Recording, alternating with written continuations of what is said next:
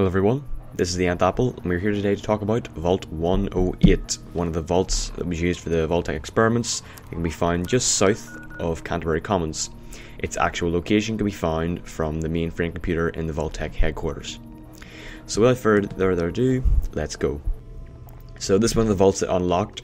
The place is a mess, there's rust, there's quite a bit of blood in the monitored head you'll see here.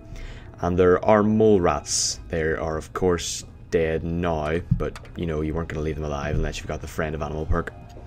So you're going to find the body of one of the residents of the vault named Gary 42. Now you're going to think it's normal enough, just, you know, someone from the vault, but the naming convention's a bit odd, and it's not going to become apparent why it's odd until maybe a bit later, but for now it's a bit creepy. So you're going to go deeper in and you're going to go into the living quarters, and you're just going to be wandering through, and then you're going to notice very quickly why he's called Gary 42, because there seems to be a twin, an identical twin that seems to be retarded maybe. He can only say Gary. He's very vicious against you, and he's called Gary 33. Now, doesn't have a lot of health, doesn't have a lot of power or striking ability, but, you know, you just look at him, you're probably thinking, what's going on here? Well, he's a clone. Okay, this entire vault is filled with clones. Gary was cloned at least 54 times, only 13 are encountered in the vault, with the final one, Gary 23, encountered in the Operation Anchorage add-on at the Outcast Outpost. So you're going to go deeper in, and you're going to get the cloning lab-esque area.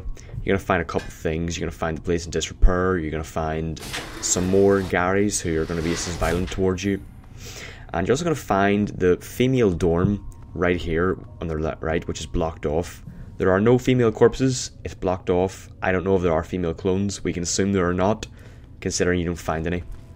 You're going to get to the actual proper cloning lab, and there's a couple more Garys down here. They can use weaponry, so maybe it's just a speech impediment, not an intelligent one, but it does make you feel pretty bad killing them, because it's like killing children. They doesn't seem to know what they're doing. And they're not violent towards each other, just other people. Very violent. So you're going to get into the main lab area with all the equipment, and you can find one of the bobbleheads here. I won't tell you which one, let you figure that out yourself. And then you're going to go into what I can only imagine would be described as maybe the surgery room, perhaps, with one of the survivors. The second one you're going to find, presumably brought in here by the Garys. Now, I don't know if the x-rays on the wall were taken by them, which would once more allude that maybe they are intelligent and that you can just only say Gary. But you're going to find a tape, that's cloning log, that's going to explain most of this in the room with the safe in it. It says that each Gary is hostile towards non-clones, and the hostility levels seem to increase with the cloning of a new Gary. So from this you can assume that there were scientists in the vault at one point, but considering that they're never found, not their bodies, maybe that some of their skeletons are the scientists most likely, but they've been dead a long time. So yeah, they're all dead. The entire vault went to shit pretty quickly. More data can be found off the Vault-Tec computer located in the Citadel, and this sort of alludes probably what the actual purpose of it was.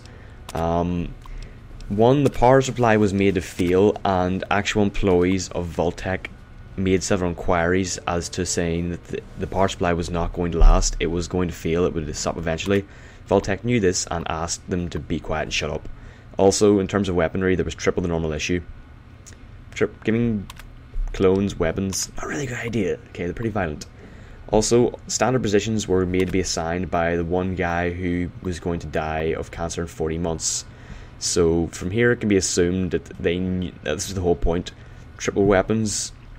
The vault was not going to be functioning because of energy, and there'd be no, you know, leadership, no one to assign goals.